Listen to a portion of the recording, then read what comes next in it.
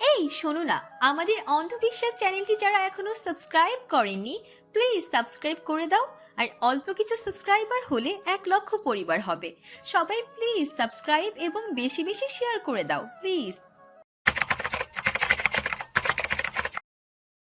চিন্তা নেই, মারবো না আমি আপনাকে। আধিরের কথা শুনে ধৃতিকা তটস্থ হয়। ওদিকে আধির তার হাত দুটো টেবিলের উপর রেখে আঙ্গুলে আঙ্গুল পুরে মুঠোভাবে এক করে। তার বাম হাতের ব্র্যান্ডের সাদা কালো ঘড়িটা বেশ মানিয়েছে তার ফর্সা হাতে। এত কিছুর মাঝে ধৃতিকার এই বিষয়টা নজরে লাগলো। যথারীতি ধৃতিকা নিজের প্রতি বিরক্ত হয়ে তার ভাবনা হতে বেরিয়ে এলো। এদিকে আধির তার উদ্দেশ্যে গাম্ভীর্যের সহিত বলল, তো মিস তেতোকা, আধির আরো কিছু বলতে নিয়েছিল, তবে তার কথা শুরু হবার পূর্বেই কৃতিকা তার কথায় বাদ সেধে বলল, তৃতিকা আমার নাম, তেতোকা নয়। কৃতিকার মৃদু বিরক্তি ও রাগান্বিত চাহনিতে আধির মুচকি হাসে। পরক্ষণে সে বুক ফুলে ভারী শ্বাস ফেলে বলে, সরি, কিন্তু এখন থেকে আমি আপনাকে মিস তেতুকা বলেই ডাকবো। ইলিয়াস আপনার জন্য এত চমৎকার নাম কিভাবে খুঁজে দিল তাই ভাববার বিষয়। আপনার জন্য এই নামই একদম পারফেক্ট। আপনি যেমন নিমের মতো তেতু, আপনার নামটাও ঠিক তেমনই হওয়া উচিত, মিস তেতুকা। আধিরের অতিরঞ্জিত উদ্ভট অভিব্যক্তিতে কৃতিকার চোখ মুখ রাগে কুচকে যায়। চোয়াল শক্ত হলেও সে সব কিছু ঠোঁট চেপে সহ্য করে নেয়। এদিকে আধির আর একটু সময় না নিয়ে বলে ওঠে, তো মিস তেতোকা, এখানে তো ঠিকই এসেছেন, কিন্তু আজ অফিসে যাননি কেন? আধিরের শান্ত গম্ভীর প্রশ্নে কৃতিকা কিছুটা চাপা স্বরে আওড়ায়, গতকাল আপনিই তো যেতে নিষেধ করেছেন। কৃতিকার নমনীয়তায় আধির ভ্রু উঁচিয়ে মৃদু হাসে। আমি যেতে না করলাম তাই আর আপনি যাবেন না? বেশ ভালো, তবে সপ্তাহখানেকের মধ্যে 2 লাখ টাকা অফিসে জমা করে দিয়ে যাবেন। কৃতিকা এই পর্যায়ে আবারও কিছুটা চমকায়। এই বিষয়টা তো মাথা থেকে বেরিয়ে গিয়েছিল। যদি সত্যি সত্যি 2 লাখ টাকা দিতেই হয়, তাহলে সে এতগুলো টাকা পাবে কোথায়? কৃতিকা চিন্তিত স্বরে আওড়ায়, কিন্তু আমি এতগুলো টাকা পাবো কোথায়? আমার এটা আপনার ভাবনার বিষয়, আমার নয়, মিস তেতোকা। পুনরায় আধিরের নির্বিকার অভিব্যক্তি। কৃতিকা যেন বেশ বিরক্ত হলো, সাথে প্রচণ্ড অস্বস্তি হচ্ছে। আপনি চাইলে ভেবে দেখতে পারেন, এখনও সময় আছে। যদি জব করার ইচ্ছে থাকে তাহলে আগামীকাল অফিসে চলে আসবেন। আপনার জন্য বিশেষ সারপ্রাইজ আছে। কৃতিকা পুনরায় বিস্মিত চাহনিতে তার দিকে তাকায়। একে তো কী করবে সে চিন্তায় মরিয়া, তার মাঝে আবার কিসের সারপ্রাইজ? আবার শেষমেশ এই খারসের অফিসে যেতে হবে। এদিকে কৃতিকার ভাবনা চিন্তার মাঝেই আধির তার উদ্দেশ্যে বলল, ভাবনা চিন্তা পরে করবেন, চাটা খেয়ে নিন, ঠান্ডা হয়ে যাচ্ছে। আধিরের কথায় কৃতিকা মাথা নুয়ে চার কাপের দিকে তাকায়। সামনে আধির এভাবে বসে রয়েছে আর সে একা একাই চা খাবে, বিষয়টা কেমন দেখায় না? কৃতিকা মনে মনে এসব ভাবতে লাগলো। অথচ আচমকা আধির বলল, নির্দ্বিধায় খেয়ে নিন, আমি চা খাই না। আধিরের কণ্ঠে কৃতিকা চমকায়। সে তো বিষয়টা নিয়ে মনে মনে ভাবছিল। আধির কি করে তার মনের কথা বুঝে গেল? কৃতিকা কিঞ্চিত ঢুক গেলে চার কাপে ঠোঁট ছোঁয়ায়, তবে 2-3বারের বেশি চুমুক সে দিতে পারে না। আধির তার দিকে অপলকভাবেই চেয়ে রয়েছে, অথচ তার এত তীব্র অস্বস্তি হচ্ছে। একই সাথে আধিরের গাম্ভীর্যের অভিব্যক্তিতে বারংবার তার চোখ মুখ শুকিয়ে আসছে। না, আর এখানে থাকা যাবে না। কৃতিকা কোনো মতে চার কাপটা টেবিলের যথাস্থানে রেখে দিয়ে সোজা উঠে দাঁড়ায়। আচমকা উঠে দাঁড়ানোতে আধির তার দিকে ভ্রু উচ্চে তাকায়। আধিরের নজরের সাথে চোখাচোখি হতেই কৃতিকা কিঞ্চিত ঢুক গেলে ইতস্তত স্বরে বলে, সন্ধ্যা হয়ে আসছে, আমি এখন আসছি, ভালো থাকবেন। এই বলে সে আর এক মুহূর্ত দেরি না করে নিজের ব্যাগটা নিয়ে রুম হতে বেরিয়ে পড়ে। এদিকে আধির তার যাওয়ার পানে কিঞ্চিত মুচকি হেসে বিড়বিড়ে আওড়ায়, ভালো তো আমি সর্বদাই থাকি, মিস তেতোকা। এই বলার মাঝেই আধিরের নজর পড়ে কৃতিকার চায়ের কাপে। অর্ধেকটা চা সে ফেলেই চলে গিয়েছে। আধির ভারী শ্বাস ফেলে চার কাপটা হাতে তুলে নেয়। পরক্ষণেই তীক্ষ্ণ দৃষ্টিতে চায়ের কাপের চারপাশটায় চোখ বুলে নেয়। কাপের বাম পাশে শুকনো ঠোঁটের মৃদু ছাপ স্পষ্ট। আধির বিষয়টা খেয়াল করতেই পুনরায় মৃদু হাসে। পরক্ষণে কি যেন ভেবে ঠিক সেই ঠোঁটের ছাপযুক্ত স্থান বরাবর নিজের ঠোঁট ছোঁয়ায়। জীবনে চা না খাওয়া আধির রায়ান চৌধুরীও শেষমেশ এমন মিষ্টির স্বাদযুক্ত চায়ে দুবার চুমুক দিয়ে মৃদু হেসে বলে ওঠে, এত মিষ্টি খেয়ে কী লাভ মিস তেতকা? মিস তেতকা তো তেতই রয়ে যাবে। আধির এই বলেই থামে। পরক্ষণে আবারও ভারী শ্বাস ফেলে গাম্ভীর্যের সহিত আওড়ায়, একদম নিরামিষ একটা। এ তো আমার মায়ের চেয়েও বেশি। আধির নিজের কেবিনে প্রবেশের পূর্বেই মাথা ঘুরে একবার তৃতিকার ডেস্কের দিকে তাকায়। না, তৃতিকা আজ আসেনি। সে খানিকটা হতাশ হলো এতে। ভেবেছিল আজ অফিসে হয়তো নিশ্চিত তৃতিকার দেখা পাবে, কিন্তু এমনটা হলো না। তৃতিকা না আসায় আধির হতাশ হলো ঠিকই, কিন্তু তার এই হতাশার দরুন আকস্মিক ভাবে চোখে মুখে গম্ভীর ও রাগের ছাপ স্পষ্ট তীব্রভাবে ফুটে উঠল। চোয়াল শক্ত করে এক প্রকার রেগে সে নিজের কেবিনের ভেতরে প্রবেশ করে। দরজাটা তীব্র রাগের সজোরে আটকে দিতেই এক বিকট শব্দের চারপাশে ছেয়ে যায়। বাইরের সকলে এই বিষয়টা লক্ষ্য করতেই বুঝে যায় আজ আধির রায়ান চৌধুরীর মাথা আর ঠিক নেই। সবাইকে এই নিয়ে সতর্ক থাকতে হবে, নয়তো কখন কি হয়ে যায় তার নিশ্চয়তা নেই। আধির বিরক্তিতে নিজের পরনের কালো রঙের কোটটা টেনে টেবিলের উপর ছুঁড়ে মারল। সাদা শার্টের হাতা গুটিয়ে দাঁতে দাঁত চেপে ধরল। আকস্মিকতায় তার বলিষ্ঠ গায়ের প্রতিটি ভাঁজ যেন স্পষ্ট ফুটে উঠেছে। তবে এরই মাঝে এই বদ্ধ রুমে এক পরিচিত কণ্ঠস্বর ভেসে এলো। আপনি এমন করছেন কেন? আধারের জানা মতে এই রুমে সে ব্যতীত আর কেউ নেই। তাহলে এখানে সে তড়িৎ পাশে তাকাতে দেখে প্রীতিকা দুটো ফাইল নিয়ে সোফার কাছে চুপটি করে দাঁড়িয়ে আছে। এতক্ষণ বসে থাকলেও রুমে আধিরের প্রবেশের সাথে সাথে সে উঠে দাঁড়ায়। হঠাৎ আধিরের এত রাগ আর অদ্ভুত আচরণে সে বেশ অবাক হয়। এদিকে আধির বিস্মিত চাহনিতেই প্রীতিকার দিকে তাকিয়ে থাকে। তার মেজাজটাও ধীরে ধীরে শান্ত হয়। নিজেকে কিছুটা স্বাভাবিক করে ভ্রু কুঁচকে গম্ভীর স্বরে বলে, আপনি এখানে কি করছেন? আপনিই না গতকাল আসতে বললেন। প্রীতিকার স্বাভাবিক কণ্ঠে আধির ভারী শ্বাস ফেলে। নিজেকে পুরোপুরি তটস্থ করে বলল, টাকা নিয়ে এসেছেন, চলে যাবে। আধিরের কথা শেষ হতে না হতেই প্রীতিকা বলে ওঠে, না, অত টাকা ম্যানেজ করা আমার পক্ষে সম্ভব নয়, তাই আমি এই জবটা ছাড়তে পারবো না। প্রীতিকার নমনীয় ইতস্তত কণ্ঠস্বরে আধির আকস্মাৎ মৃদু হেসে ফেলে, যা প্রীতিকার নজরে পড়তে সে বলল, আপনি হাসছেন কেন? আমি কিন্তু সত্যি এতগুলো টাকা। পুনরায় আধির হেসে ফেলে। সে কিসের জন্য হাসছে তা হয়তো নিজেও জানে না। তবে এবার একদম স্বাভাবিক হয়ে প্রীতিকার উদ্দেশ্যে বলল, আসুন আমার সাথে, একটা প্রয়োজনীয় বিষয়ে কথা বলার আছে।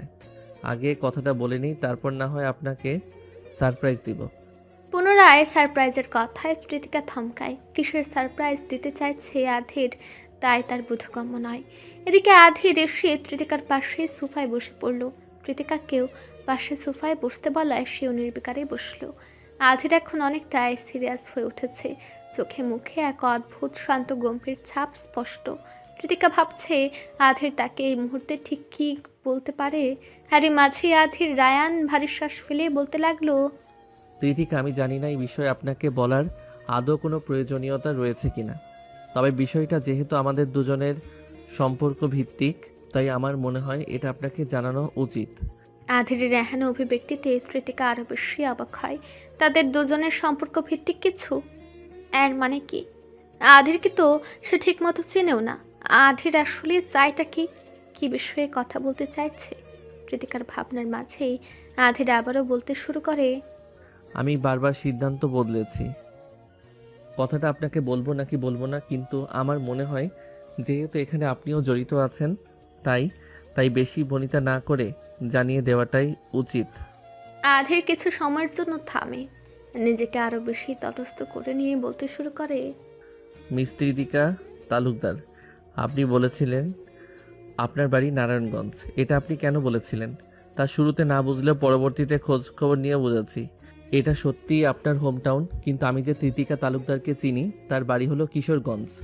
আধিরের কথার ভঙ্গি তৃতিকার কাছে স্পষ্ট নয়, কিন্তু তার কথাগুলো বেশ অদ্ভুত লাগছে। আধির কোন তৃতিকা তালুকদারের কথা বলছে? তার বাড়িও তো কিশোরগঞ্জে। বাবা মায়ের মৃত্যুর পর তীব্র বন্যায় তাদের বসতি ছাড়তে হয়েছিল। এরপর সে বহু বছর আগে থেকে সে তার চাচা চাচিদের সাথে কিশোরগঞ্জ হতে নারায়ণগঞ্জে এসে থাকা শুরু করে, যার ফলে তার সার্টিফিকেট সহ সকল জায়গায় হোম টাউন হিসেবে নারায়ণগঞ্জই লেখা হয়। কিন্তু এখন আধির যদি কথার ইঙ্গিত তারই কথা বলে, তাহলে এই আধির রায়ান কিভাবে তাকে চেনে? সে কি তার পরিচিত কেউ? প্রীতিকার বিস্ময়ের ভাবনা চিন্তার মাঝেই আধির পুনরায় নিষ্পৃহে বলতে লাগলো, আজ হতে 14-15 বছর আগের কথা। আমি বাবার বিজনেসের সূত্রে কিশোরগঞ্জ গিয়েছিলাম। ওই সময় সেখানে তীব্র এক মহামারীতে সকলের জরাজীর্ণ অবস্থা। আর এই সময় আমার পরিচয় হয় তালুকদার পরিবারের সাথে। জনাব কাশেম তালুকদারই মূলত। আধিরের কথা শেষ হতে না হতেই প্রীতিকা বিস্ময়ের সাথে বলে ওঠে, আপনি আমার দাদুকে চেনেন? আমার দাদুই তো কাশেম তালুকদার। জি, আমি আপনার দাদুকে চিনি। তার সাথে আমার প্রথম পরিচয় হয়। ও বেশ খাতির জমে। অ্যাজ ইউজুয়াল আমি সেখানে থাকাকালীন অবস্থাতেই তিনি সেই মহামারীর দরুন আক্রান্ত হয়ে বেশ অসুস্থ হয়ে যায় এবং আমার কাছে এক অদ্ভুত আবদার করে বসে। আপনার আদৌ কিছু মনে রয়েছে কিনা জানি না, তবে খুব সম্ভবত সে সময় আপনার বয়স আনুমানিক 3.5 থেকে 4 বছরের মতো হবে। আর আপনার দাদু তার জীবনের শেষ ইচ্ছে হিসেবে আপনার সাথে আমার বিয়ে দেওয়ার আবদার করে। প্রীতিকা তীব্র বিস্ময়ের সাথে আধিরের দিকে তাকিয়ে চোখের পলক একবারের জন্য নামছে না। সে অপলক দৃষ্টিতে আধিরকে দেখছে। অন্তঃস্থলে এক তীব্র ঝড়ে যেন সব তোলপাড় হতে শুরু করেছে। আধির যেন তৃতিকার বিষয়টা বেশ ভালোই বুঝতে পারে। সে কিছুটা তৃতিকার দিকে এগিয়ে আসে। খানিকটা ইতস্তত ভঙ্গিতেই আচমকা তৃতিকার হাত দুটো নিজের কাছে টেনে নিয়ে নিজের হাতের আদলে শক্ত করে চেপে ধরে। এ দফায় তৃতিকা আরো বেশি বিস্মিত।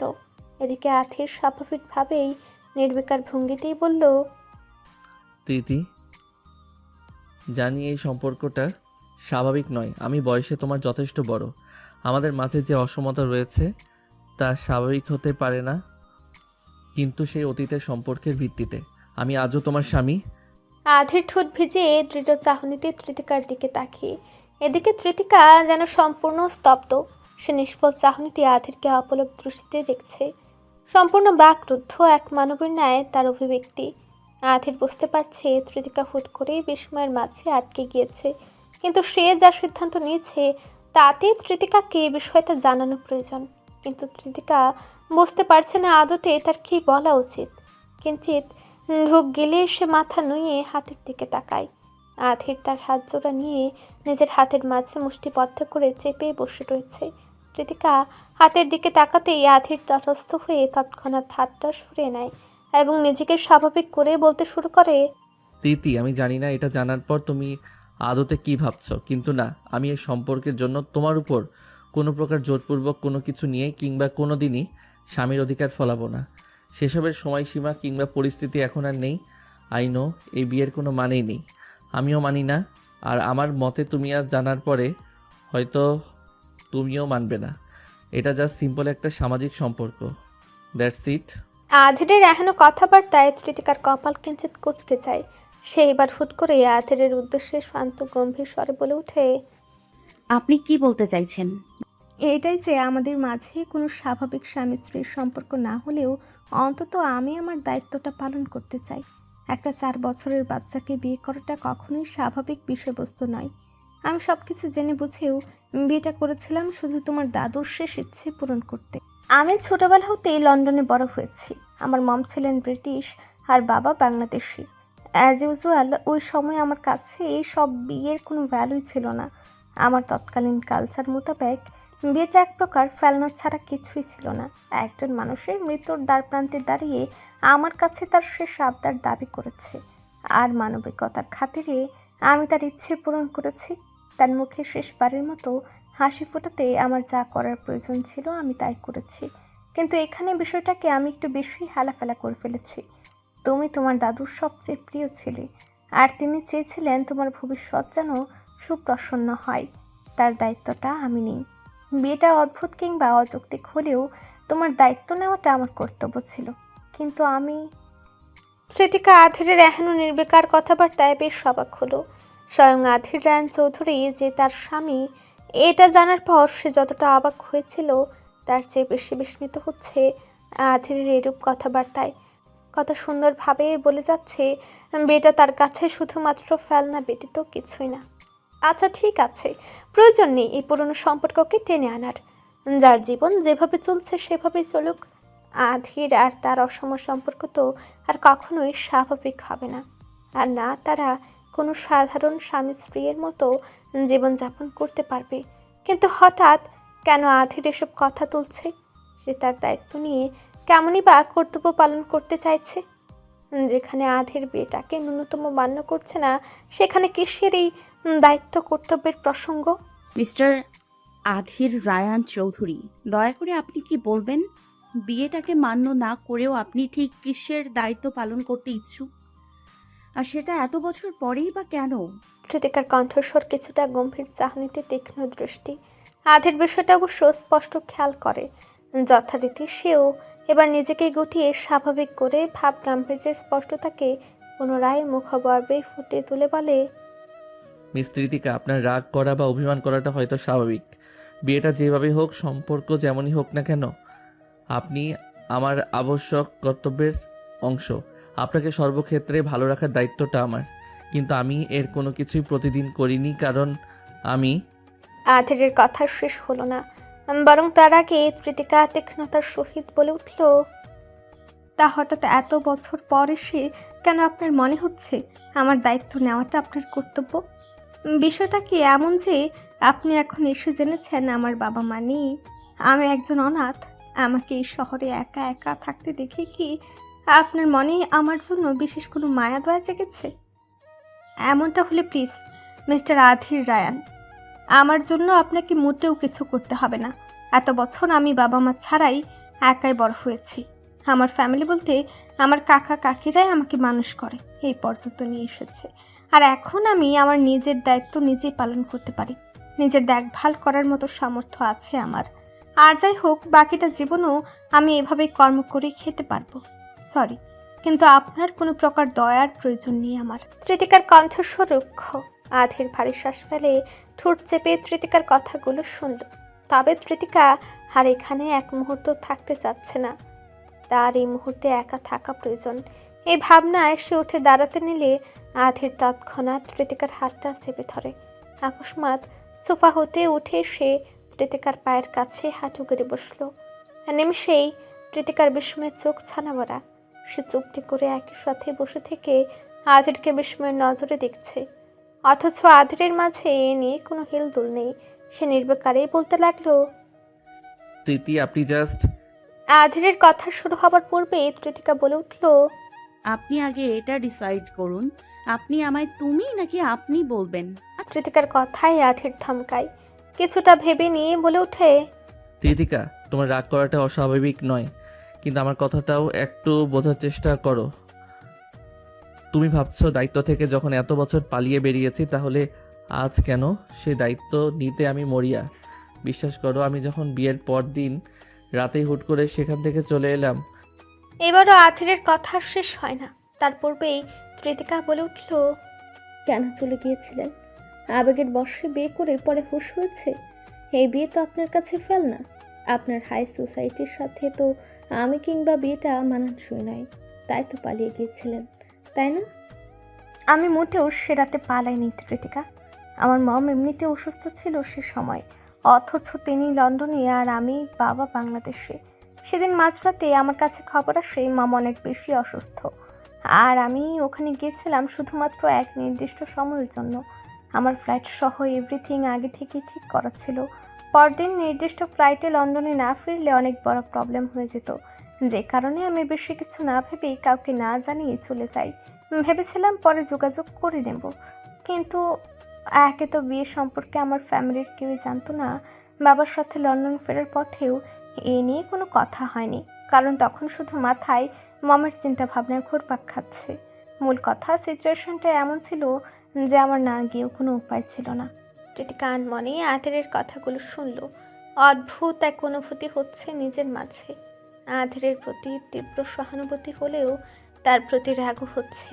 অথচ কৃতিকা বুঝতে পারছে না এটা আদতে রাগ নাকি অভিমান। আর অভিমান হলেও সে কিসের ভিত্তিতে আধিরের প্রতি অভিমান করছে। আচ্ছা, মানলাম আপনার কথা। তখন না হয় পরিস্থিতির শিকার হয়ে আপনি চলে গিয়েছেন, কিন্তু এর পরেও কি একবারও আপনার মনে হয়নি আজ যার দায়িত্ব নিতে আপনি মরিয়া, সে তখন তার বাবা মা ছাড়া কিভাবে আছে? একবারও মনে হয়নি, তাই না? কৃতিকার কথাবার্তায় রাগের চেয়ে বেশি অভিমানের ছাপ স্পষ্ট। তবে এটাই যেন আধিরকে বেশ অবাক করলো। সে শুরুতে কিছুটা কপাল কুঁচকে ফেললেও পরক্ষণেই স্বাভাবিক স্বরে বলতে লাগলো, মনে হয়েছে বিধায় আমি তখন হতে এখন অবধি বহুবার খোঁজ করেছি আপনাদের, কিন্তু পাইনি। আমি লন্ডনে পৌঁছানোর পরপরই মম আমাদের ছেড়ে চলে যান। তার মৃত্যুতে আমি বাবা দুজনেই দিশেহারা। এদিকে বাবা হুট করে অসুস্থ হয়ে যায়। তার বিজনেস সহ সব কিছুই তখন আমার দায়িত্বে। মন মানসিকতা আর পরিস্থিতি এমন ছিল যে আমি নিজেকে গুছিয়ে নেওয়ার মতো সময়টুকু পাইনি। তার আগে একের পর এক ঝড় আমার জীবনের সব কিছুকে লণ্ডভণ্ড করে দিয়ে যায়। মায়ের মৃত্যুর 2 বছর পরপরই বাবা মারা যায়। এরপর হতে আমি সম্পূর্ণ একা। তার কিছুদিন পরপরই আমার এই বিয়ের ঘটনাটা মাথায় আসে। বিশ্বাস করুন কৃতিকা, আমি আপনাকে অনেক খুঁজেছি। বাবার মৃত্যুর পর আমি যখন সম্পূর্ণ একা, তখন প্রায়ই আমি দেশে আসতাম। এরপর কিশোরগঞ্জে আপনার খুঁজে কম করে হলেও 1000 বার গিয়েছি, কিন্তু ততদিনে তালুকদার পরিবারের অস্তিত্ব যেন কিশোরগঞ্জ হতেই গায়েব হয়ে গিয়েছে। কেউই আপনাদের খোঁজ দিতে পারেনি।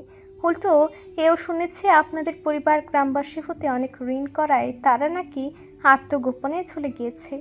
এরপর আর চেয়েও আপনাদের খোঁজ পায়নি।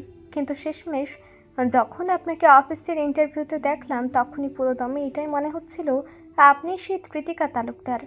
বেশ সময় কাজের মুখে আপনার নামটা না শুনলে হয়তো আমি আপনার নামটাও কখনো জানতাম না। আধির কৃতিকার হাত জোড়ার দেখেছে আর মনে কথাগুলো বলে থামলো। তবে এর মাঝেই আচমকা 1 ফোঁটা জল এসে আধিরের হাতের পিঠে পড়ল। আধির ভ্রুকুচকে মাথা উঁচিয়ে কৃতিকার দিকে তাকায়। কৃতিকা, আপনি কাঁদছেন? কৃতিকার চোখ জোড়া ছলছল করছে। অজান্তেই 1 ফোঁটা জল গড়িয়ে পড়লেও সে মোটেও কাঁদছে না। মাথাটা ঝিমঝিম করছে তার।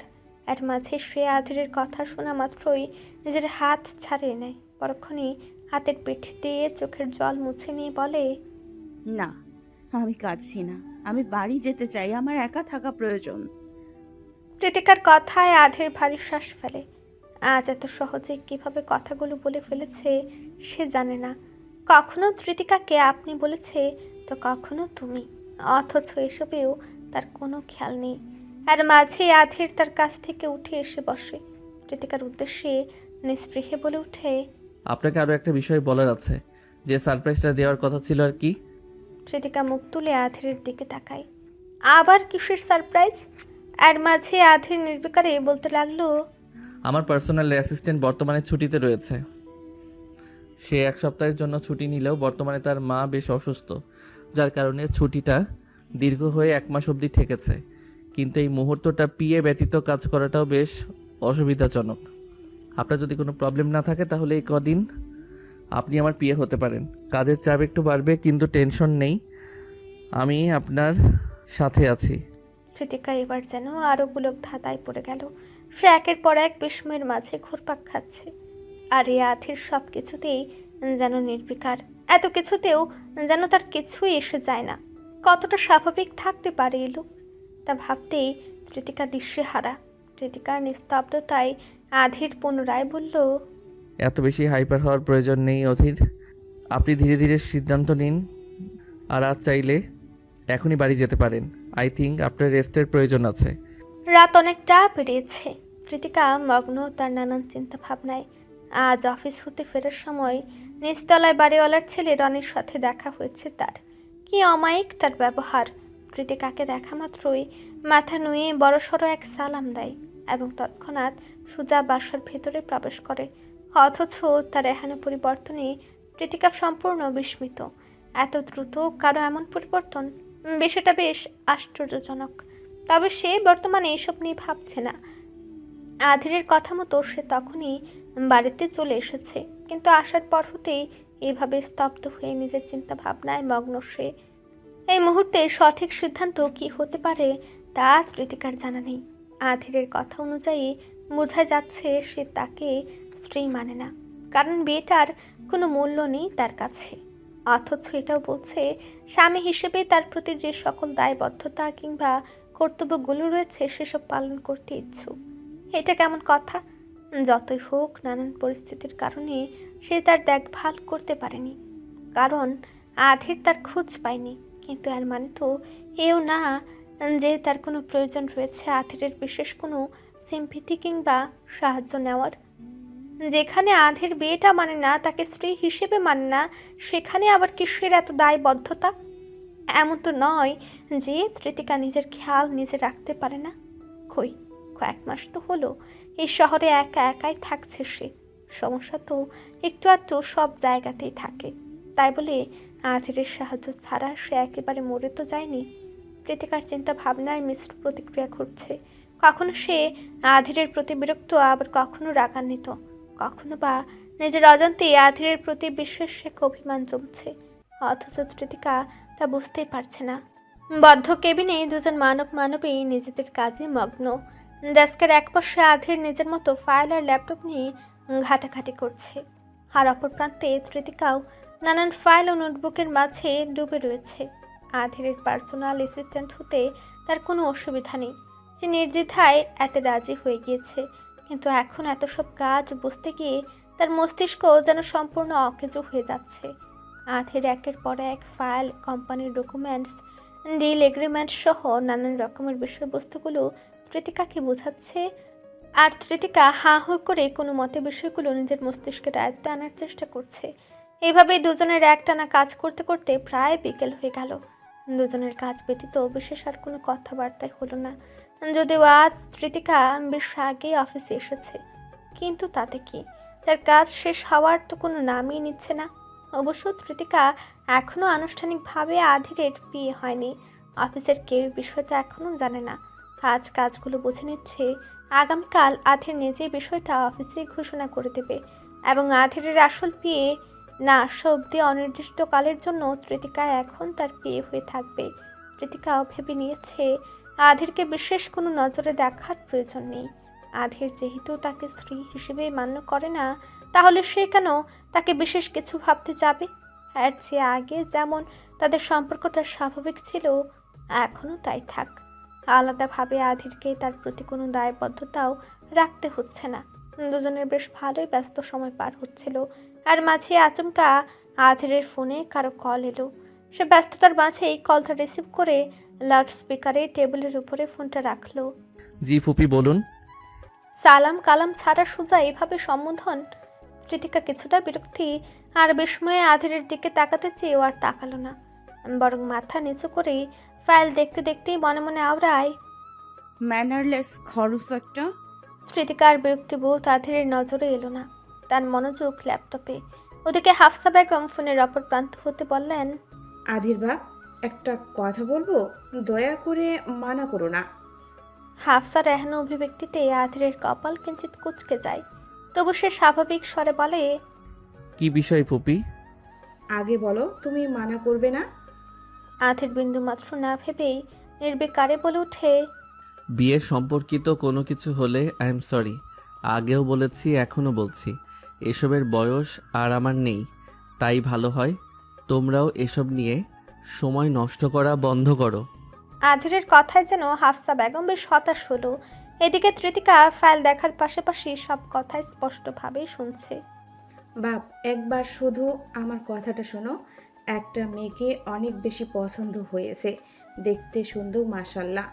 একবার শুধু তুমি আমাদের সাথে মেয়ের বাড়িতে আসো, খালি মেয়েটাকে দেখে যাবে, আর কিচ্ছু না। পছন্দ হলে তো আলহামদুলিল্লাহ, আর না হলে।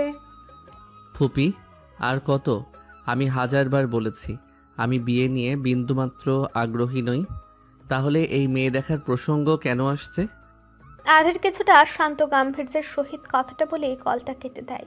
পরক্ষণে ভারী শ্বাস ফেলে, এক প্রকার বিরক্তি নিয়েই পুনরায় নিজের কাজে মনোযোগী হয়। এদিকে তৃতিকা তাকে মাঝে মধ্যে আর চোখে চেয়ে চেয়ে দেখছে।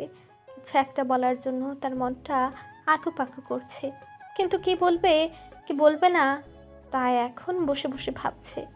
তবু শেষ পর্যন্ত অধৈর্য হয়ে বলে দেয়, আপনার বিয়ের জন্য পাত্রী খোঁজা হচ্ছে? আধের ল্যাপটপের স্ক্রিনে তাকে থাকা অবস্থাতেই জবাব দেয়। হুম। এর চেয়ে বেশি সে একটা শব্দ করলো না। এদিকে তৃতিকার মেজাজ কেন যেন নিমিষেই বিগড়ে যাচ্ছে। এটা কেন হচ্ছে তা তৃতিকার অজানা। তবে সে কিছুটা চাপা স্বরে আধের উদ্দেশ্যে আওড়ায়। বিয়ে করে নিলেই তো পারেন। আধের আনমনে থাকায় সে তৃতিকার কথাটা ঠিক শুনতে পারল না। তাই সে না বোঝার ভঙ্গিতে বলে। জি। তৃতিকা এতে কিছুটা বিরক্ত হয়। তার কেমন যেন অস্বস্তি হচ্ছে। তবু সে চাপা স্বরে বলল, বললাম, এত করে সবাই যখন বলছে তাহলে বিয়েটা চাইলেই করে নিতে পারেন। বয়সও তো মনে হয় অনেক হয়েছে, তাই না? আধের এবার ল্যাপটপের স্ক্রিন হতে নজর সরিয়ে তৃতিকার দিকে তাকায়। পরক্ষণে কিছু একটা ভেবে ক্ষীণ বাঁকা হেসে বলতে লাগলো। করব বলছেন? তৃতিকার তীব্র অস্বস্তিতে পড়ে যায়। হুট করে ইচ্ছে হচ্ছে এই খারুশ রায়ানের মুখ বরাবর সজোরে একটা ঘুষি মেরে নিজেকে শান্ত করতে। তবু তৃতিকা নিজেকে শান্ত করে স্বাভাবিক স্বরে বলল। আধের আর কথা বাড়ায় না। আনমনে কিছুটা মুচকি হাসে। পুনরায় দুজনের মাঝে পিনপত্র নীরবতা। কিছুক্ষণ সময় এভাবে অতিক্রম হবার পর তৃতিকা দৃঢ় স্বরে আধেরের উদ্দেশ্যে বলে। আপনাকে একটা কথা বলার ছিল। জি বলুন। আমাদের বিয়েটা আপনার কাছে ফেল না হলেও সেটা তো বিয়ে, তাই না? হঠাৎ বিয়ের প্রসঙ্গ তোলায় আধের ভ্রু উঁচিয়ে তৃতিকার দিকে তাকিয়ে বলে। আমি তো বলেইছি, আপনার যাবতীয় বিষয়ে দেখভাল করার দায়িত্ব এখন আমার। আধেরের কথা শেষ হতে না হতেই কৃতিকা মনে মনে আওড়ায়। আসছে আমার নীতি ফিটির জামিনদার। হ্যাঁ, বিয়ে মানে না, অথচ বউয়ের দায়িত্ব পালন করবে। অথচ মুখে সে বলল। আমি তা বলিনি। বিয়ে একটা ধর্মীয় বিষয়বস্তু। এটার তাৎপর্য অনেক। তাই আপনি চাইলেও এটাকে হেলাফেলা করতে পারবেন না আমার মতে। কৃতিকা এটুকু বলেই থামে। তার ইতস্তত বুধে আধের কপাল কুঁচকে তার দিকে তাকায়। কৃতিকা কিছুটা সময় নিয়ে বলে। আমাদের বিয়ে তো মনে হয় কোনো সরাসরি আইনি পত্র নেই। আর বিয়ে যেহেতু মানেন না, তাহলে আমাদের তালাক হয়ে গেলেই ভালো হয়। দুজনের মাঝে কোনো দায়বদ্ধতাও থাকবে না। আবার কৃতিকার কথা শেষ হয় না, বরং তার পূর্বেই আধের ল্যাপটপটা বন্ধ করে উঠে দাঁড়ায়। তাকে এভাবে আচমকা উঠে দাঁড়াতে দেখে কৃতিকা স্তব্ধ হয়ে যায়। এদিকে আধের পাশ থেকে নিজের কোটটা পরে নিতে নিতেই শান্ত গাম্ভীর্যের সাথে আওড়ায়। তালাকের কোনো প্রয়োজন নেই। আধের অভিব্যক্তিতে কৃতিকার কপালে কিঞ্চিত কুঁচকে যায়। সে সন্দিহান স্বরে বলে। কিন্তু কেন? কৃতিকার কথায় আধের তার দিকে মুখ ফিরিয়ে তাকায়। কিঞ্চিত মুচকি হেসে বলে। থাকুক না আর কদিন সম্পর্কটা। আমি তো আর বিয়ে শাদী করছি না। আর যতদিন না আপনি বিয়ে করছেন ততদিন পর্যন্ত না হয় আমার বউ হয়ে থাকুন। আধেরের হাস্যোজ্জ্বল মুখে এহেন কথা শুনে কৃতিকা সম্পূর্ণ স্তব্ধ। এটা কেমন কথা? আরে মাঝে আধের রুম হতে বেরিয়ে যেতে যেতে আরো বলে। অফিস শেষে শপিং করতে যাব, নিচে আমার জন্য ওয়েট করবেন। যদি দেখেছি পাকটামি করে আগেই চলে গিয়েছেন, তাহলে একদম মেরে ফেলবো। শেষের কথাটা আধের যেতে যেতে কৃতিকার দিকে মুখ ফিরে ভ্রু উঁচিয়ে বলে, যেন কৃতিকাকে এক প্রকার শাসিয়ে গেল। এদিকে কৃতিকা তার কথায় শুরুতে কিঞ্চিত ঢুক গেলে মুখ ভেঙচে চাপা স্বরে আওড়ায়। ইস, একদম মেরে ফেলবো। আমি কি তার হাতের মুয়া নাকি? বিয়ে মানে না, আবার বলে বউ হয়ে থাকতে। এখন এবার শাসিয়ে গেল। কত বড় খারুস একটা! সাধে কি আর একে খারুস বলি? মিস্টার খারুস রায়ান চৌধুরী। সন্ধ্যা পেরিয়ে রাত নেমে এসেছে। ঘড়ির কাঁটা এখন প্রায় 8টা বাজতে চলল। অথচ তৃতিকার এখনও বাড়ি ফেরা হলো না। সে কখন থেকে আধের পেছন পেছন ছুটে চলছে। আধের যেখানে যেখানে যাচ্ছে তাকেও তার অনুসরণ করে সেদিকেই যেতে হচ্ছে। সব মিলিয়ে বেশ বিরক্ত বোধ হচ্ছে তার। আধের তার কথা মতো অফিস শেষে কৃতিকাকে শহরের নামি দামি এক শপিং মলে নিয়ে এসেছে।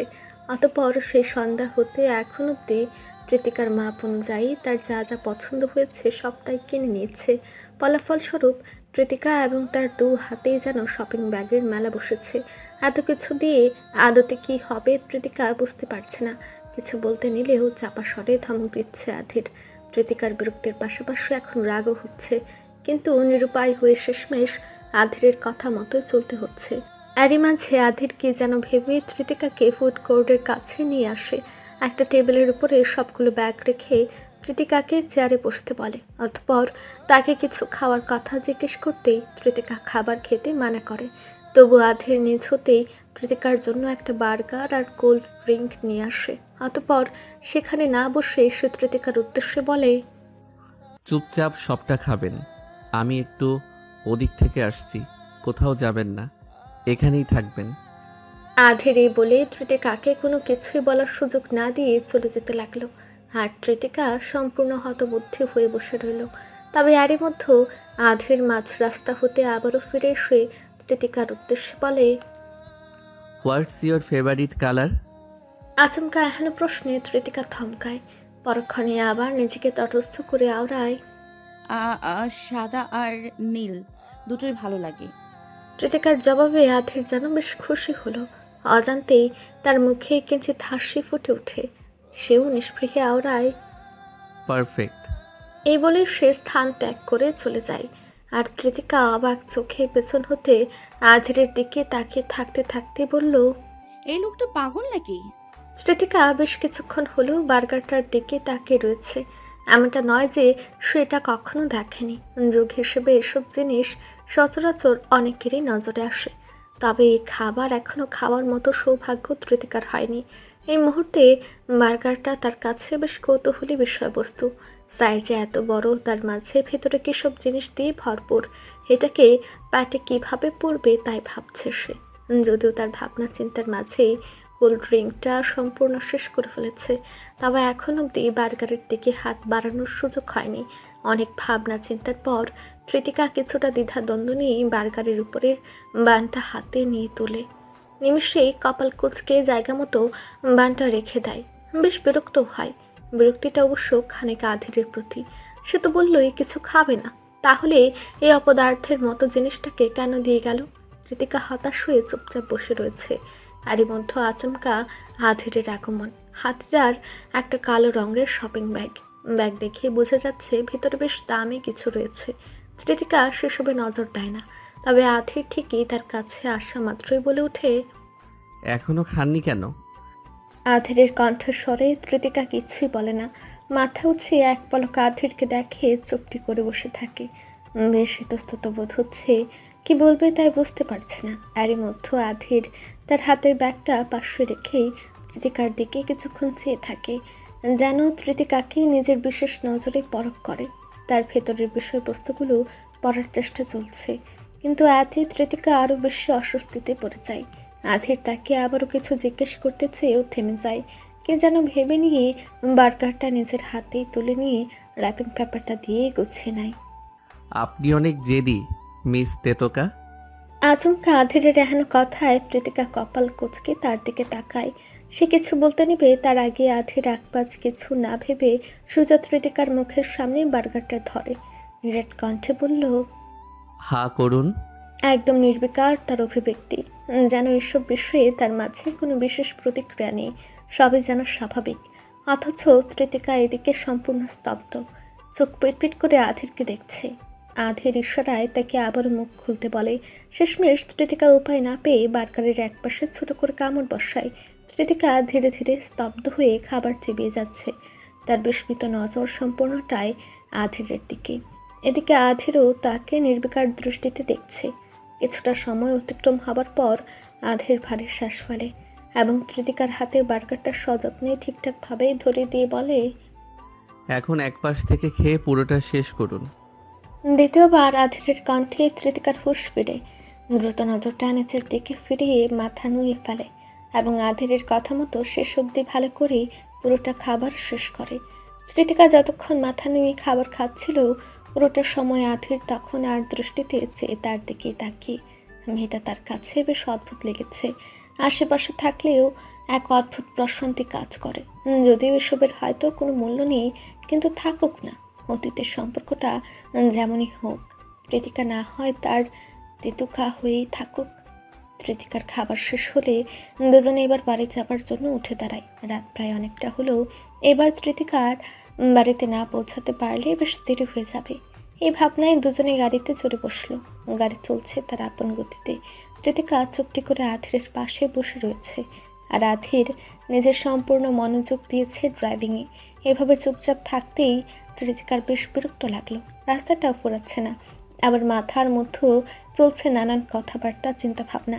শেষমেশ নীরবতা কাটিয়ে সে আধিরের উদ্দেশ্যে আওড়ায়, আমার জন্য এত সব কিছু না কিনলেও হতো। এত কিছুর আমার প্রয়োজন নেই, শুধু শুধু টাকা নষ্ট। ত্রিতিকার কথায় আধির সামান্য হেসে বলল, বেশি বোঝেন আপনি, মেয়ে মানুষের কম বোঝাটাই ভালো। আধিরের কথায় ত্রিতিকার কপাল কুঁচকে যায়। পাশে মুখ ফিরে তীক্ষ্ণ দৃষ্টিতেই আধিরকে দেখে। দুটো কড়া কথা মুখ থেকে বের হতে নিলেও সে থেমে যায়।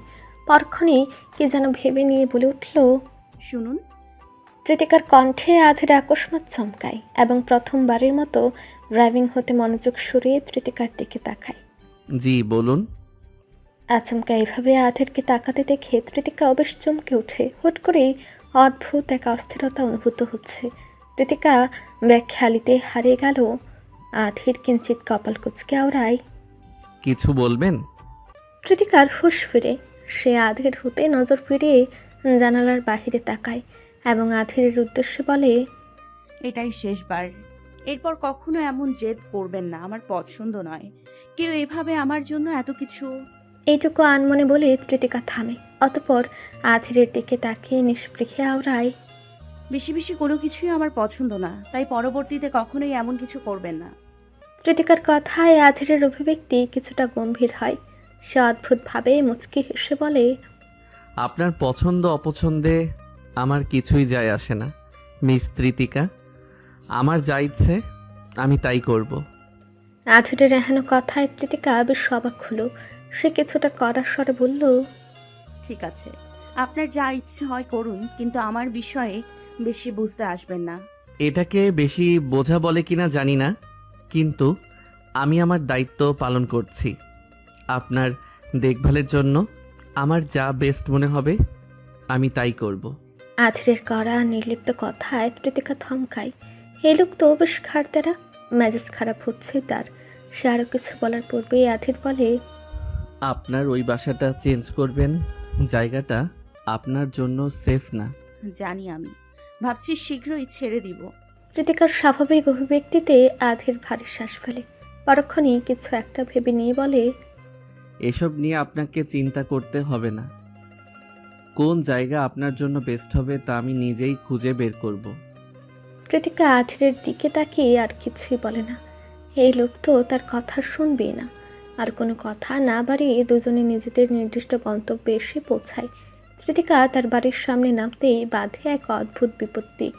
যতগুলো ব্যাগ রয়েছে তা কৃতিকার একাই নিয়ে যাওয়া সম্ভব না, হলেও তাকে কয়েকবারই নিয়ে যেতে হবে। সবটা ভেবে আধিরে বেশিরভাগ ব্যাগ নিয়ে তার বাসার দিকে এগিয়ে যায়। দোতলা অবধি সবগুলো ব্যাগ কৃতিকার রুমে রেখে আসার পর আধিরের কিছু একটা মনে পড়তেই সে নিচে নেমে আসে। অতঃপর গাড়ি থেকে সেই বিশেষ কালো রঙের ব্যাগটি নিয়ে এসে কৃতিকার দিকে এগিয়ে দেয়। কৃতিকা কিছুটা স্তব্ধ হয়ে বলল, এইটা কি?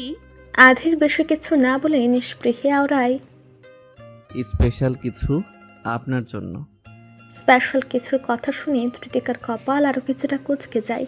সে তড়িৎ ব্যাগটা খুলে দেখতে নিলে আধির তাকে তৎক্ষণাৎ বাধা দিয়ে বলল, তৃতি, এখনই না, পরে দেখে নিও। আধিরের কথায় কৃতিকা তৎক্ষণাৎ থেমে যায়।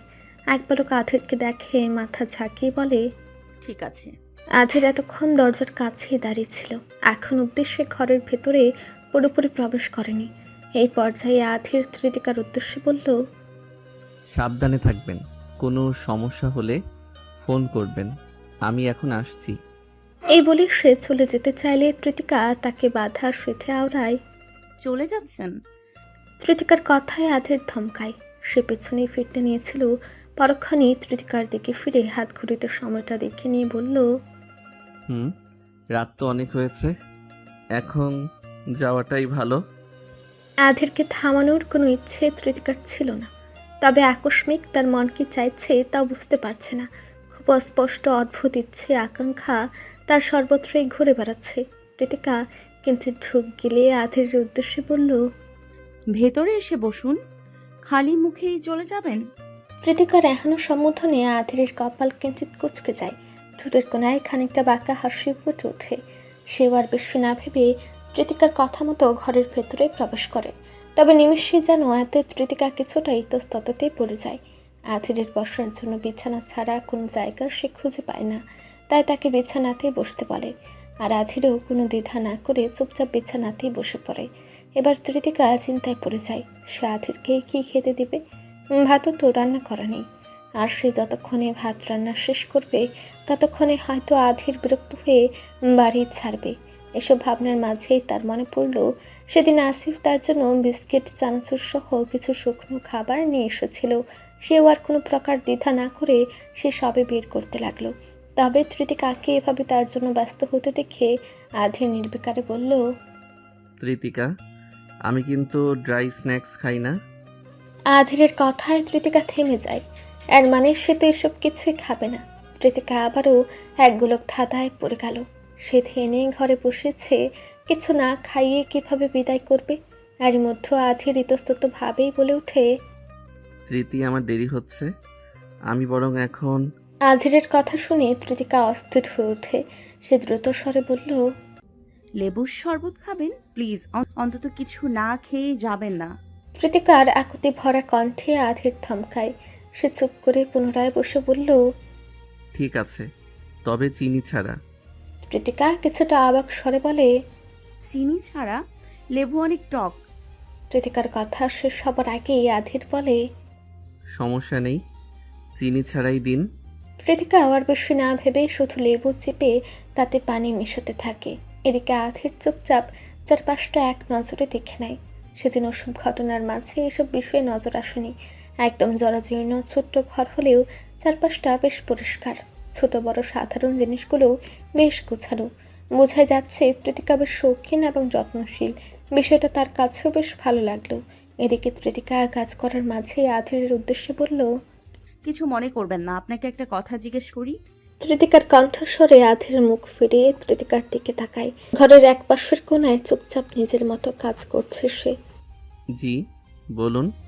আধিরের নির্বিকার সম্মতি পেতে কৃতিকা বলল, আপনি কি ইয়াসের সাথে ওই বাড়িতে থাকেন না? ইয়াসকে দেখলে মনে হয় সে আপনার জন্য অনেক পাগল, কিন্তু অত বড় বাড়ি থাকলেও আপনি সেখানে থাকেন না কেন? কৃতিকার কথায় আধির মৃদু হেসে বলে, আমি একা থাকতেই পছন্দ করি, তাই ওই বাড়িতে থাকি না। মাঝে মধ্যে অবশ্য ইয়াসের জন্য যেতে হয়। আধিরের কথা শেষ হতে না হতেই কৃতিকা কপাল কুঁচকে বলল, তাহলে আপনি কোথায় থাকেন? অফিস থেকে কিছুটা কাছেই আমার অ্যাপার্টমেন্ট রয়েছে, সেখানেই থাকি। কৃতিকা কাজের ফাঁকে আধিরের দিকে মুখ ফিরিয়ে বলে, সম্পূর্ণ একাই থাকেন? জি। আপনার খারাপ লাগে না? কৃতিকার কৌতূহলী প্রশ্নে আধির কিঞ্চিত কপাল কুঁচকে বলে, খারাপ কেন লাগবে? ছোট থেকে দেশ বিদেশে একা থেকে অভ্যস্ত আমি। আপনার এখানে একা একা থাকতে খারাপ লাগে? অবশ্যই লাগে। আমি ছোট থেকে বড় হয়েছি অনেক মানুষজনের মাঝে, তাই এখানে একদম একা থাকতে একটুও ভালো লাগে না। তেমন হলে আপনি না হয় আমার বাড়িতে এসেই থাকুন। আধিরের এহেন কথায় কৃতিকা চমকায়। চোখ বড় বড় করে আধিরের দিকে তাকাতেই সে নিষ্পৃহে বলল, চৌধুরী ম্যানশনের কথা বলেছি ঈশান, ফুপির সাথে বেশ ভালো সময় কাটবে আপনার। আধিরের কথায় কৃতিকা তটস্থ হয়।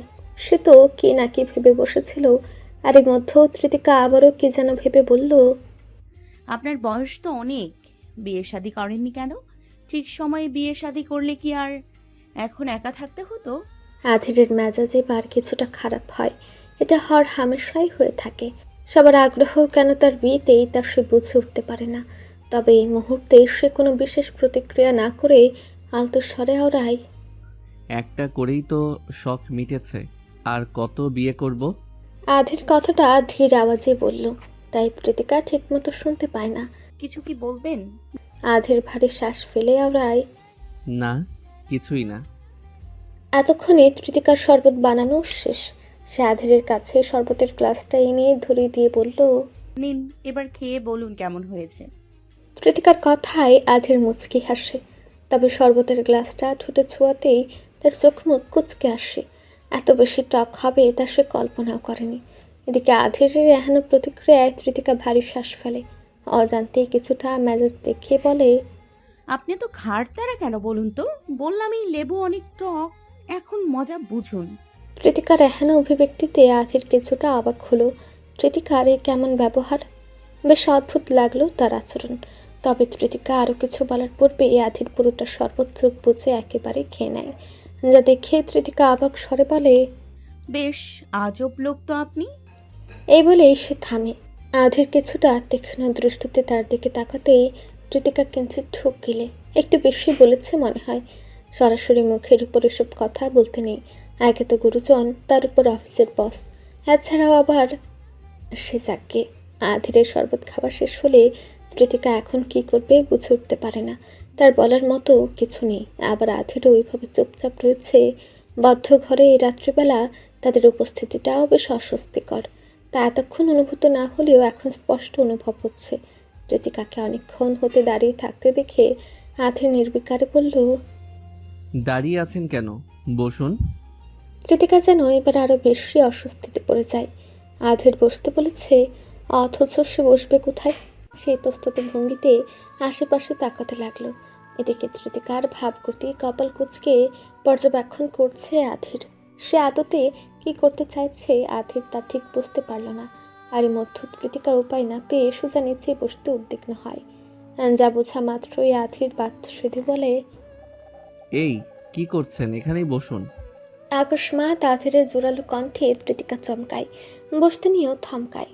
আর মাঝে আবার আধির তার দিকে হাত বাড়িয়ে দিয়েছে, যেন সে গিয়ে বিছানাতেই বসে। কিন্তু এরই মধ্যেও যা অঘটন ঘটার তা ঘটে যায়। কৃতিকা আকস্মিক পরিচিত নিলে আধিরের হাত টেনে ধরে, কিন্তু এতে আধির হঠাৎ ব্যালেন্স হারিয়ে সোজা কৃতিকার উপরে পড়ে। কৃতিকা সম্পূর্ণরূপে মেঝেতে শুয়ে রয়েছে, আর তার উপর এক গাম্ভীর্যে মোড়ানো বলিষ্ঠ দেহের অস্তিত্ব। আধিরের দুহাত কৃতিকার বাহুর দিকে পাশে ভর দিয়ে দাঁড়ানো। এছাড়া দুজনের মধ্যকার দূরত্বটাও বেশ অনেকটা। কৃতিকা চোখ মুখ কুঁচকে শুয়ে আছে, হাত পা তার বিস্ময় অবশ হতে নিয়েছে, অথচ অপলক দৃষ্টিতে আধির তার দিকে তাকে। হঠাৎ কি হতে কি হলো কিছুই যেন বোধগম্য নয়। আধির আর কৃতিকা সম্পূর্ণ মুখোমুখি এক অবস্থানে। আর এর মধ্যে কৃতিকা স্বাভাবিক হয়ে আচমকা চোখ খোলে। চোখের সামনে আধিরকে এহেন অবস্থায় দেখে বিস্ময়ে চোখ তার কপালে উঠে, আরও বেশি ঘাবড়ে যায়। যা বোঝা মাত্রই আধিরও নিজেকে তটস্থ করে। একই সাথে কৃতিকার প্রতি অজান্তে সে রাগান্বিত হয়। ফলাফলস্বরূপ সে দাঁত চেপে কৃতিকার উদ্দেশ্যে চাপা স্বরে আওড়ায়, প্রীতি, আপনি এত জেদি কেন? নিমিষে কৃতিকার কপাল কুঁচকে যায়। সে আবার কি জেদ করলো? এই অঘটন তো আধিরের জন্যই ঘটল। সে তো চুপচাপ নিচেই বসতে নিয়েছিল, বাধা দিয়েই তো সর্বনাশ হলো। যথারীতি এমন পরিস্থিতিতেও সে রুক্ষ গলায় ঝাঁঝালো কণ্ঠে বলে উঠল, যেদি আমি নাকি আপনি? এত বেশি বুঝতে কে বলে আপনাকে? সব সময় বেশি বোঝেন। ইন্টারন্যাশনাল খারুশ আপনি। কৃতিকার এহেন অভিব্যক্তিতে আধিরের কপাল কুঁচকে যায়। বিস্ময়ের সে চোখ মুখ কুঁচকে স্তব্ধ স্বরে আওড়ায়, কি? কৃতিকা আর কথা বাড়ায় না। চোখ মুখ কুঁচকে আধিরকে এক প্রকার ঠেলে সরিয়ে বলল, কিছু না, সরুন এখান থেকে। আধিরও তৎক্ষণাৎ তটস্থ হয়ে কৃতিকা হতে সরে আসে। দ্রুত উঠে দাঁড়িয়ে জামা কাপড় ছাড়তে শুরু করে। বেশ ভালোই ধুলো লেগেছে গায়ে। কৃতিকা আনমনে সেসব ছেড়ে দিতে হাত বাড়িয়েও থেমে যায়। নিজেকে তটস্থ করে চুপটি করে দাঁড়িয়ে থাকে। এদিকে আধিরের আর এক মুহূর্ত থাকার কোনো ইচ্ছে নেই। কোনো মতে কৃতিকার কাছ থেকে বিদায় নিয়ে তার বাড়ি ছেড়ে চলে যায়। আধির চলে যেতেই কৃতিকা হাফ ছেড়ে শ্বাস ফেলে। পরক্ষণে পেছনে ফিরে বিছানার উপরে থাকা এক গাদা ব্যাগের দিকে তাকে ভারী দীর্ঘশ্বাস ফেলে। সময় করে কৃতিকা রাতের মধ্যে একে একে সবগুলো ব্যাগ খুলে দেখতে থাকে। জামা কাপড় হতে প্রত্যেকটা জুতা জোড়া সবই মারাত্মক সুন্দর। কৃতিকা সবগুলো জামা একবার নিজের গায়ে লাগিয়ে বোঝার চেষ্টা করে তাকে দেখতে ঠিক কেমন লাগছে, কিন্তু এর স্পষ্ট অনুভূতিটা সে অনুভব করতে পারে না, ঘরে কোনো আয়না না থাকায়। অনুমানে সে ভেবে নেয় সবগুলো জামাই বেশ সুন্দর। শেষে আনমনে মুচকে হেসে আওড়ায়, খারুশটার পছন্দ বেশ মারাত্মক। অতঃপর কৃতিকা সব কিছুই আনমনেই গুছিয়ে রাখে। আর এরই মধ্যেও তার নজর হতে বেরিয়ে যায় আধিরের দেওয়া সে বিশেষ কালো রঙের ব্যাগটা। এত কিছুর মাঝে শেষে সে সেই ব্যাগটার কথাই ভুলে যায়। বেলা দুপুর 4টা। ভার্সিটির শেষে খোলা মাঠের মধ্যে এদিক সেদিক হেঁটে বেড়াচ্ছে কৃতিকা। এখান থেকে অফিসে যাওয়ার জন্য সে প্রায় উদ্বিগ্ন। তবে অফিস শুরু হতে আরও বেশি কিছুটা দেরি আছে, তাই সেখানেই ঘুরঘুর করছে। নয়তো অফিসের কথা বলার মতো তেমন কেউই নেই। যারা নামের মেয়েটাকে ভালো ভেবেছিল, অথচ সেও বাকিদের মতো। ধৃতিকার চিন্তা ভাবনার মাঝে আচমকা তার ফোনটা বেজে ওঠে। ফোনটা হাতে নিতেই ধৃতিকার কপাল কুঁচকে যায়। নাম্বারটা সেভ করা নেই ফোনে। হঠাৎ এই অপরিচিত নাম্বারটা কার? ধৃতিকা কিছুটা দ্বিধা নিয়ে কলটা রিসিভ করে বলল, আসসালামু আলাইকুম, আমি তৃতিকা বলছি। আপনি কে? ফোনের অপর প্রান্তে থাকা আধির কিছু বলার পূর্বেই থেমে যায়। কপাল কুঁচকে সে গম্ভীর স্বরে বলল, আপনি আমার ফোন নাম্বার সেভ করেননি? আচমকা আধিরের কণ্ঠস্বরে ধৃতিকা কিঞ্চিত চমকায়। এই লোক আবার তাকে কেন ফোন করেছে, তাও এই সময়? আপনি কি আধির রায়ান, নাকি আমার ভুল হচ্ছে? ধৃতিকার এহেন অভিব্যক্তিতে আধির বেশ অবাক হলো। কিছুটা রুক্ষ স্বরে সে ধৃতিকার উদ্দেশ্যে বলল, একে তো ফোন নাম্বার সেভ করেননি, তার উপর আমাকে নিয়েও আপনার সন্দেহ। ধৃতিকা এবার আশ্বস্ত হয়। এটাই তার খারস রায়ান চৌধুরী। কথার ভঙ্গিতে তা স্পষ্ট। আবার তার সালামের উত্তরও দেয়নি। অসভ্য লোক। হঠাৎ সালামের বিষয় মাথায় আসতে ধৃতিকা সরাসরি আধিরের উদ্দেশ্যে বলল, এই, আপনি আমার সালামের উত্তর দেননি। আচ্ছা, আপনি কি একটুও সভ্য মানুষের মতো চলতে পারেন না? খ্রিস্টান কিংবা চাইনিজ নাকি আপনি? ওই চাইনিজদের মতো ইঁদুর, বাদুর, ব্যাং খান? Just shut up. পাগল হয়ে গিয়েছেন? কী সব বাজে বকছেন? তো আর কি বলবো শুনি? এখন অবধি আপনাকে সালাম কালাম করতে দেখিনি। ওই শাহবাগের মডার্ন নাস্তিক নন তো আপনি? তৃতি, এবার কিন্তু খুব বেশি হচ্ছে। কম বেশির কথা জানি না, আমার সালামের উত্তর দিন। এমনিতেই জীবনে শান্তি নেই। ধৃতিকার এসব কথার সাথে আধির আর না পেরে বলল, ওয়ালাইকুম আসসালাম। আধিরের এমন কথায় ধৃতিকা বিস্তৃত মুচকি হাসে। সে ফোনের এপাশ হতেই আওড়ায়, মাশাআল্লাহ। তবে হ্যাঁ, ছোট হোক বা বড়, এখন হতে আপনাকে যেন সবাইকে সালাম দিতে দেখি। এত অসভ্য মানুষও আজকাল হয়। আধির শুধু কোনো মতে দাঁত চেপে কথাগুলো সহ্য করে এবং চাপা স্বরে বলে, এখন কাজের কথা শুনুন। আধিরের কণ্ঠে ধৃতিকা তটস্থ হয়। সেও গম্ভীর ভঙ্গিতে বলল, জি বলুন। আপনি এখনো ভার্সিটিতে? জি। যেখানে আছেন ওখানেই থাকবেন। আমি আপনাকে নিতে আসছি। আচমকা আধিরের এহেন অভিব্যক্তিতে ধৃতিকার কপাল কুঁচকে বলল, কি আশ্চর্য! আপনি কেন আমাকে নিতে আসছেন? এখনো তো অফিসের সময় হয়নি। কেন? আমার সাথে আপনার অফিসে যেতে আপনার কোনো সমস্যা আছে? গম্ভীর কথার স্বরে ধৃতিকা কিছুটা ইতস্তত ভাবে আওড়ায়, না, সমস্যা নেই, কিন্তু আপনি কেন আমার জন্য এসব কষ্ট করতে যাবেন? আমি মোটেও আপনার জন্য কোনো কষ্ট করছি না। আপনার ভার্সিটির পাশেই আমার আজ কাজ ছিল। ভাবলাম যাওয়ার পথে আপনাকে নিয়ে যাই। আধিরের এহেন নির্বিকার অভিব্যক্তিতে ধৃতিকার কথা বাড়ায় না, আলতো স্বরে জবাব দেয়, ঠিক আছে, আসুন। এ বলে সে ফোনটা রেখে দেয়। অতঃপর দীর্ঘশ্বাস ফেলে, মলিনভাবে মুচকি হাসে। মনটা আজ বেশ ভালোই তার। পরনে আধিরের পছন্দ করে কিনে দেওয়া ডার্ক ব্রাউন কালারের সিম্পল একটা কুর্তি, কালো রঙের ওড়নাটা কাঁধের এক পাশে ঝুলে রাখা। ফর্সা ত্বকে বেশ মানিয়েছে তাকে। অত্যাধিক রোদে খোলা চুলগুলো আলগোছে বেঁধে একখান খোপা করেছে, অথচ তা ঢিলে হয়ে খসে পড়তে নিয়েছে। অথচ ধৃতিকার সেসবে কোনো খেয়াল নেই। সে আনমনে কিছু ভেবে চলেছে, অথচ দূর হতে রোদের মধ্যেও ধৃতিকা যেন এক প্রকার জল করছে। রোদের তাপে ফর্সা গাল, নাক ও গলা লাল হয়ে উঠেছে। দেখতেও বেশ আকর্ষণীয়। এমনই মনস্তাপ নিয়ে দূর হতে তাকিয়ে চেয়ে দেখছিল এক বলিষ্ঠ দেহের যুবক। পরনে ব্রাউন কালারের শার্ট, কালো প্যান্ট, এক ঝাঁক সিল্কি চুল। তরুণীদের নজরে যাকে একদম পারফেক্ট প্রেমিক পুরুষ বলা চলে। ছেলেটি দূর হতে কিছুক্ষণ ধৃতিকাকে এক নজরে চেয়ে দেখার পর তার দিকে এগিয়ে যায়।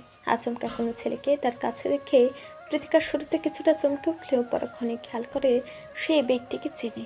এটা আর কেউ নয়, সেই সিনিয়রদের দলেরই একজন। আচমকা এনাকে দেখে ধৃতিকা শুরুতে কিছুটা ঘাবড়ে যায়, কিন্তু পরক্ষণে নিজেকে তটস্থ করে দৃঢ় রাখে। হাই, তুমি এখানে একা একা কি করছো? ছেলেটির এহেন অমায়িক ব্যবহারে ধৃতিকা কিছুটা অবাক হলো। আগের বার তো তাকে কিসব হুমকি ধামকি দিল, অথচ আজ। ধৃতিকার কপাল কুঁচকে যায়। ছেলেটির দিকে তাকিয়ে রুক্ষ স্বরে বলল, আমি আগেই বলে দিচ্ছি, আবারও যদি আমার সাথে কোনো বাজে কিছু করা হয় তাহলে আমি কিন্তু স্যারকে গিয়ে বলে দিব। তৃতিকার এহেন কথায় ছেলেটি হেসে ফেলে। তার হাসিতে তৃতিকার কপাল আরো বেশি কুঁচকে যায়। চিন্তা নেই, তোমাকে কিছু করা হবে না। আর সেই দিনের জন্য সরি। কৃতিকা বুঝতে পারছে না এই লোকের কি হয়েছে। কথার সুর তো বেশ অদ্ভুত লাগছে। এত ভালো মানুষই তার কাছে খানিকটা সন্দেহজনক। তবু সে কিছু বলার পূর্বেই ব্যক্তিটি আবারও বলল, আমার নাম রাফসান হোক। আর তুমি তিতিকা, তাই তো?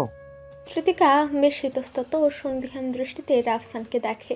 এমনিতে তো এখন ভালোই মনে হচ্ছে, তবে কোনো এক কিন্তু যে রয়ে যায়।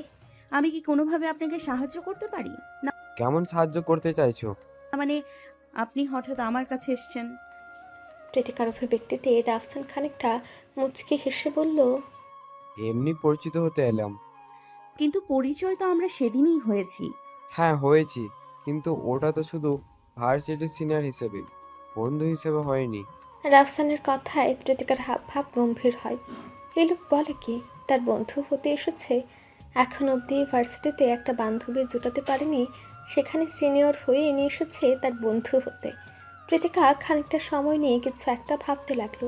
পরক্ষণে কিছু বলতে নেবে তৎক্ষণাৎ রাফসান বলে ওঠে, নিয়মিত ভালোবাসার গল্প শুনতে এবং পড়তে আমাদের অন্ধবিশ্বাস চ্যানেলটি সাবস্ক্রাইব করে পাশে থাকা বেল আইকনটি ক্লিক করুন। ধন্যবাদ সবাইকে।